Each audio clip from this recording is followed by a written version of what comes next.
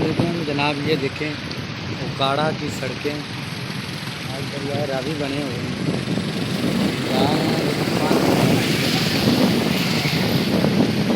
आज का हमारा व्लॉग उकाड़ा के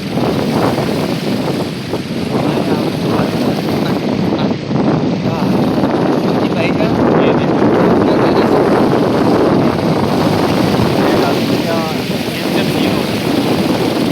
आज पता लगता है जैसे दरिया रावी में जा रहे हैं।